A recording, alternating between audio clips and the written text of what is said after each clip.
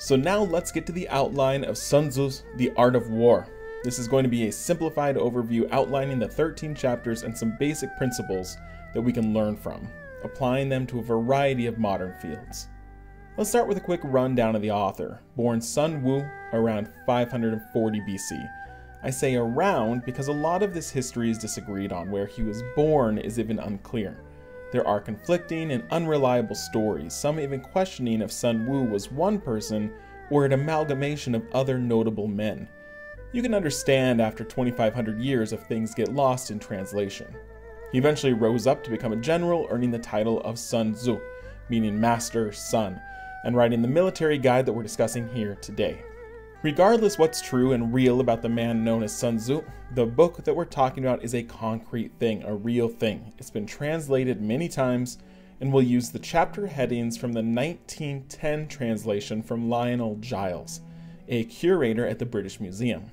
He took aim at previous English translations, saying that omissions were frequent and passages were skipped just because they were difficult to translate.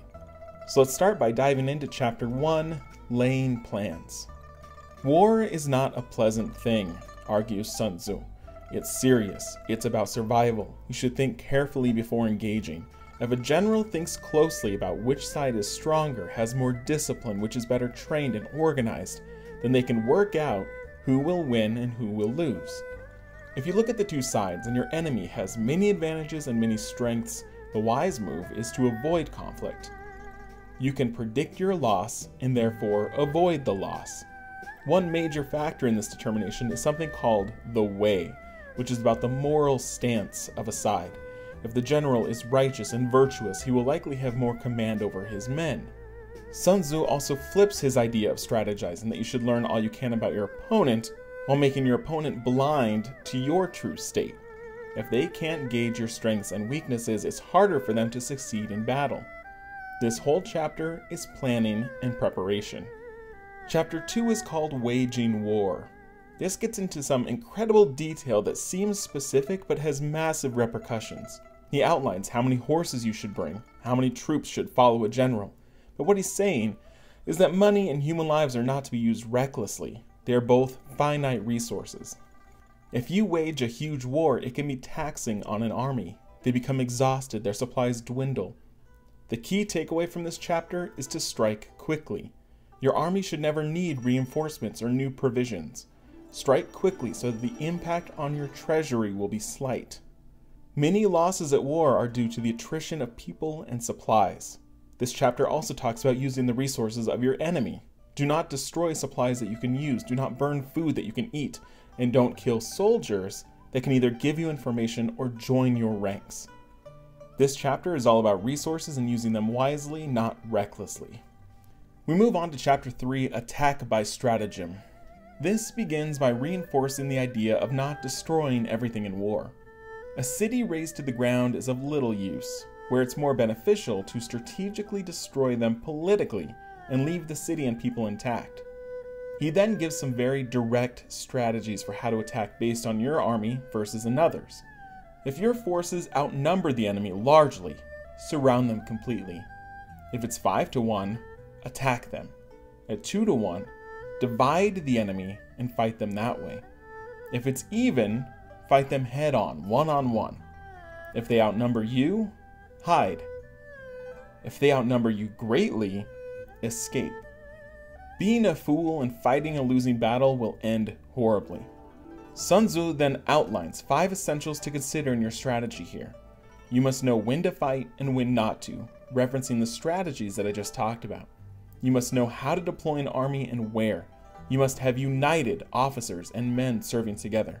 You must be prepared for any surprise. And lastly, you need a general who can make his own decisions without political leaders interfering, without expertise. None of these essentials talk about more men or more technology. It's about strategy and preparation. He said, paraphrased, if you know the enemy and know yourself, you need not fear the result of 100 battles. If you know yourself but not the enemy, for every victory gained you will also suffer defeat. If you know neither the enemy nor yourself, you will succumb in every battle. Chapter 4 is Tactical Dispositions. This chapter is all about when to advance and force a battle. To attack, you become vulnerable, but to defend is to become invulnerable. The idea of yin and yang is played into here, with an ebb and flow based on your choice to advance or not. Sun Tzu even evokes imagery of moving under the earth when defending and striking from the heavens when attacking. There's also the focus on a quick and decisive attack, that some fights may never take place on a battlefield if fought correctly. A skillful general seeks victory, not battle. A terrible general seeks battle first. Chapter 5 is use of energy. Managing a massive army is just as managing a small one, but Sun Tzu focuses on dividing them up and knowing each of their purposes.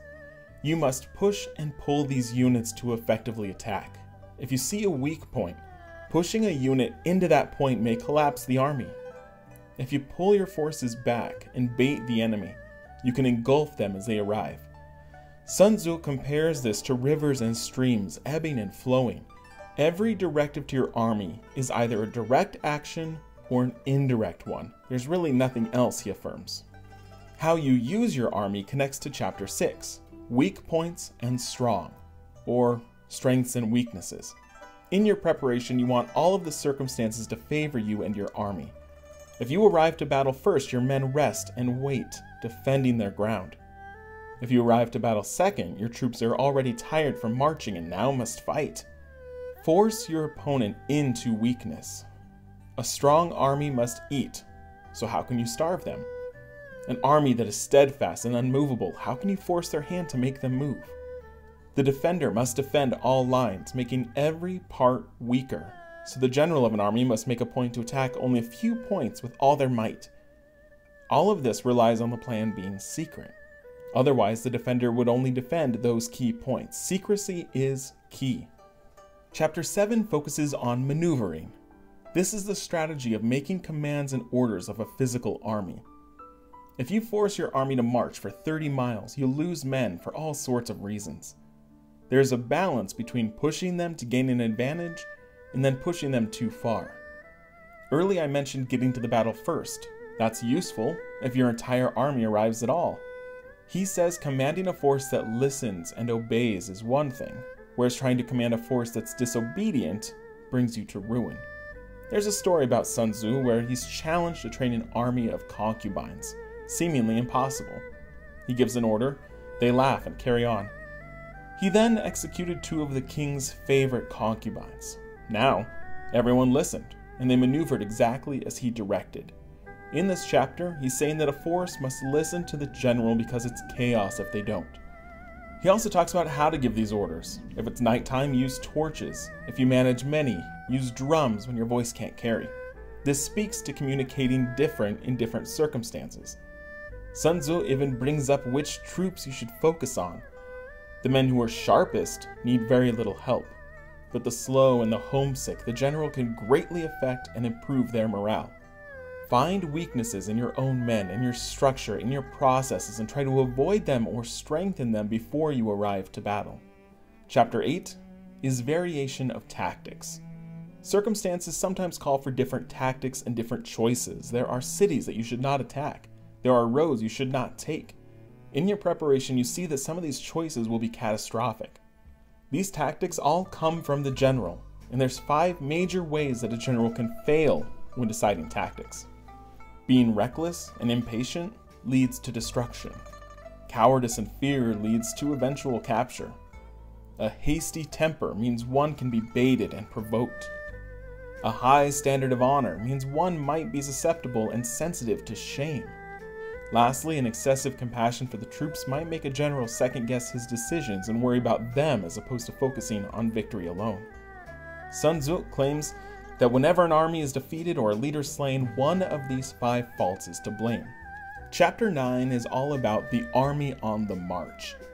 He gives some very specific instructions here, including to camp in high places facing the sun, to always have the high ground when facing your opponent, but don't expend your energy marching uphill needlessly. When fighting near a stream or river, let the enemy try to advance all the way through and expend their energy, as opposed to rushing to meet them. How your opponent rushes to face you tells you of their situation. If they wait for you to approach, they have strong defenses and might see some obstacles for you to overcome. If they're approaching, look for signs, such as trees moving and animals running scared to tell you where they are. High dust in the distance might mean horses, while low dust might mean walking troops. Also be aware that you're giving off these signals as well as your army travels. Classification of terrain is chapter 10, and literally lays out for the general how to read the terrain and the benefits of fighting in each. Accessible terrain is terrain that anyone can traverse easily. The advantage goes to the general who can secure a high ground before the opponent arrives, and has sufficient supplies to last throughout the battle. Entangling ground means it's easy to move forward to secure new lands, but it's difficult to backtrack or retreat. Make sure your enemy is vulnerable before moving forward. In deadlock terrain, or temporizing, as is the direct translation, there is no advantage for either side. If you can back out and make the enemy advance into this terrain, you should be able to strike with advantage. Enclosed terrain is usually a narrow passage with very little options. If you get to this location first, you should block it or ambush. If the enemy garrisons this space, only advance if you're confident that it's weakly protected. If you come upon terrain that is rocky and has high peaks and low valleys, you should secure the high peaks first. If your enemy has the high ground, retreat and force them to leave these advantages if they wish to pursue. In this same chapter, Sun Tzu outlines some non-natural factors that a general must look out for that can cause harm to the army. If the enemy outnumbers you 10 to 1, your army will flee in fear or retreat. When the army troops are strong-willed and determined, yet the officers incompetent, the results will be that the troops will not listen to the officers. If it's reversed, with strong, competent officers and weak soldiers, the result is decay and defection. If the officers act without command from the general, the army will collapse. Disorganization occurs when the general can't articulate his plans, so the army doesn't move as one. When the general chooses to pit a weak army or a weak detachment against a much stronger one, the only option is retreat or defeat. The best generals know the terrain, know their army, and know which difficulties they will face. Here are the keys to success as outlined by Sun Tzu. If a ruler says not to fight, but a competent general sees that victory is clear, they should fight. The same is true if a ruler says to fight, but defeat is certain, then do not fight. A good general makes decisions without seeking fame or fearing blame. A general cannot be confident if any factor of the battle is unsure. If the terrain is unclear, victory is not certain. If he does not know his soldiers, victory is not certain. He is confident with his movements, as any doubt can sow doubt in the troops. Chapter 11 dives into scenarios called the 9 situations. These are situations that an army might find themselves in, not entirely reliant on the physical ground they're on. Dispersive ground is when a general fights in his homeland or on familiar ground. You may have the advantage, but damage may be done to your own supplies and property, so be wary. Facile ground is when you've broken into enemy territory, so you should not slow down. You don't have the advantage, but you haven't gained much, so you must fight on. Contentious ground is when either side can gain a great advantage by taking a particular place. So move forward, but don't engage too aggressively until you have a clear advantage. Otherwise, you might lose a key victory. Open ground means that both armies have complete freedom. Therefore, it's wise to not try to stop the enemy's movement. You have no terrain to support you. There's intersecting ground, where multiple states or constituents have interest. This is your chance to make allies and not enemies. When you're on heavy ground, it means that you've made much progress, and there are entire cities behind you. This is your chance to plunder and restock with so many resources available to you. You may run into intractable ground or difficult ground, which means it is full of marshes and forests and hard to get through terrain. In this instance, you must keep moving to get out of that disadvantage. You must also look out for enclosed or hemmed-in ground, which is twisty and narrow and leaves you vulnerable. In these instances, continuously keep an eye open and remain vigilant. Lastly, we have desperate ground, or some call it death ground, where you are merely trying to survive and you must fight with every ounce of your being. If your opponent is striking so powerfully, it also means they are vulnerable, so there is still a chance for success. Chapter 12, the attack by fire, focuses on weapons of war, though weapons at the time were very different. He brings up 5 ways to use fire. burning enemy soldiers, destroying supplies, destroying their supplies that are still in transit, destroying weapons and ammo, and destroying lines of communication and causing chaos. You should always have your weapons ready and available for use at a brief notice, as long as the weather is hot and dry, ideal for fire to spread. Sun Tzu then talks about when the fire breaks out, there's a way to adapt to it. If you attack with fire, follow immediately with a physical attack to capitalize. If you attack and there's no response from the opposing army, it may mean that something isn't as it seems. They may be baiting you, they may have been prepared. So wait and watch as the fire continues to spread. When the fire reaches its greatest peak is when you should attack. Do not wait for it to go out. If you can start a fire from inside the camp, that's beneficial as opposed to trying to attack from outside. Always be upwind when starting fires, and remember that nighttime fires will likely die quicker than daytime fires. If fire seems too risky or destructive, using water as a weapon if the terrain allows can also be a clever move. Though here he's saying fire, I think these ideas can be transferred to other modern machines of war as well. Chapter 13 brings up another type of weapon, the use of spies. Early on in these tips, Sun Tzu brought up the idea of preparation and knowing your enemy. That's not always easy, so in this chapter he emphasizes using men who know the enemy and sorts them into 5 types. Local spies live in the opposing nation or group.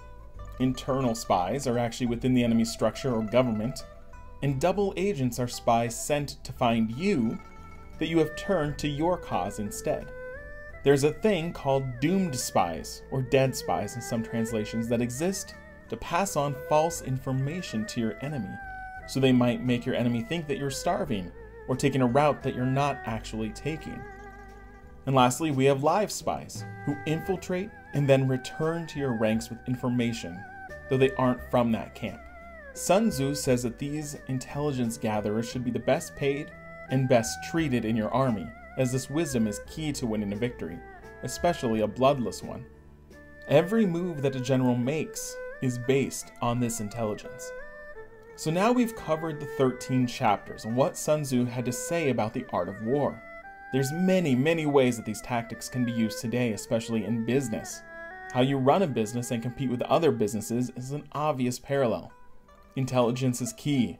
Preparation can defeat seemingly insurmountable odds, and you know which battles to fight and which to not fight.